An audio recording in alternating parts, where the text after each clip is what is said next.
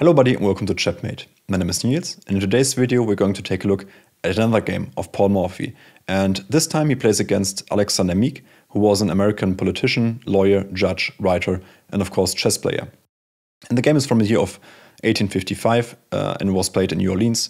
And as I said, Morphy has the black pieces, so let's start with the game. Meek goes for the move e4, we have e5, knight f3, knight c6, and d4. So this is the so-called Scotch game. We have e takes d4, and now not going for the main idea with knight takes d4, but instead Alexander Meek goes for bishop c4, which develops the bishop, gives up the pawn, but it's a bit more aggressive than the usual main line. Now we have the move bishop c5, so nicely defending that pawn on d4. It cannot be taken at the moment, and we have the move knight g5. And knight g5 is interesting because it's a sideline, and of course the idea is pretty obvious. Meek wants to put some pressure on f7, and this is why Morphy plays the only move that really sensibly defends this pawn with knight h6. Now we have castles by white, and now the move d6. So nicely making some room for that bishop here in the future. And Meek plays the move c3. So just striking at the center, and Morphy goes for castles. Now we have a trade on d4. So we have c takes d4, and now bishop takes d4. Now we have knight c3, just developing a piece. And now Morphy goes for a clever reroute. And he starts with the move knight g4. And yeah, you will see where that knight will end up. Now, yeah, Meek just went for h3, attacking the knight.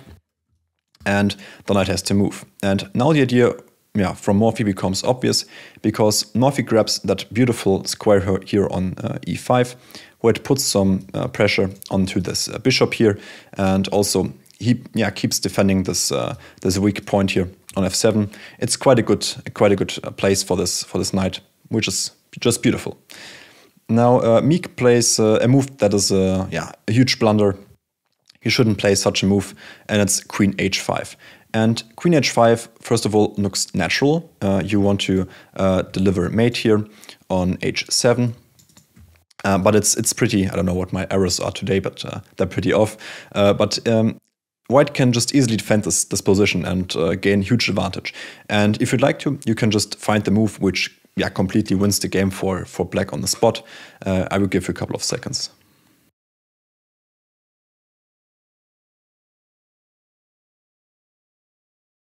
And of course, this time, as many other times, the most natural move is sometimes also the best move.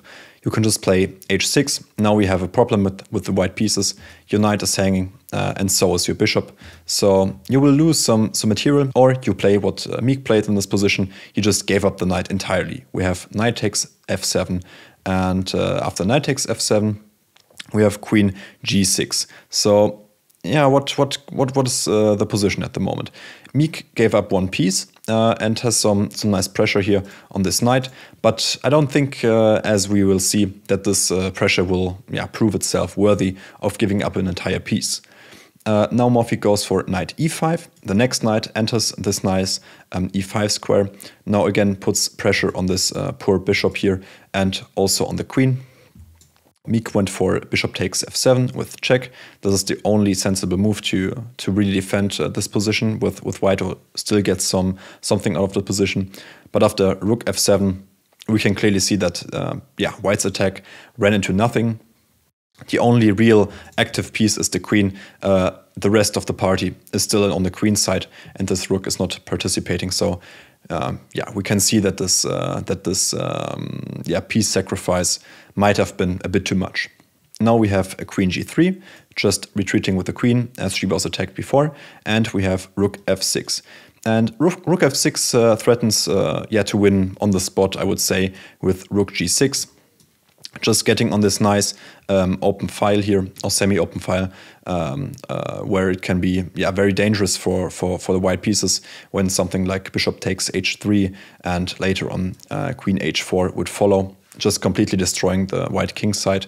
And it's just a horrible position for white to play. Now we have knight d5, just trying to develop the knight, but this just invites rook g6. So we have rook g6 as it was previously attacked by this knight here. and we have queen b3. So rerouting the queen to the queen side, and now we have bishop e6, just putting some pressure on this knight here. Meek just went for queen takes b3, grabbing that pawn on the queen side, and claiming that, for example, if bishop takes here, I can just retake, and maybe I can get out of this. But it's not like that, because we got the move bishop takes h3, and now you can see that there's a lot of pressure on the white position. Rook or bishop takes g2 is coming, and there's nothing that white can really do. Meek tried a little trick here. Meek went for knight e7 with check. It's also a fork on the rook and the king. So Morphy played the move queen takes e7, and the idea of knight e7 was that now the rook is not defended here in the corner. So this is why Meek went for queen takes a8, excuse me, and we have king h7, just tucking away the king in the corner. And now after king h2, Morphy played rook takes g2, and this position is completely lost now for white. And in fact, it's already mate in 5 if played correctly, but after king takes h3, you can try to find the mate in 4. There are various ways to get the mate in 4. I will give you one more move, which is queen e6. This is what was played in the game. And after king takes g2, you're more than welcome to find the mate in 3. I will give you a couple of seconds.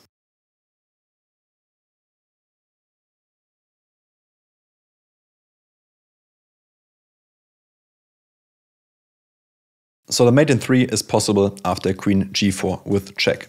So the only two legal moves that are in the position are king h1 and king h2. So let's see what was played in the game. In the game was played king h1, and after queen h3 with check again, the only legal move for the white king is to go to g1. So we have king g1, and after knight f3, this is checkmate. So let's see the other checkmate after queen g4.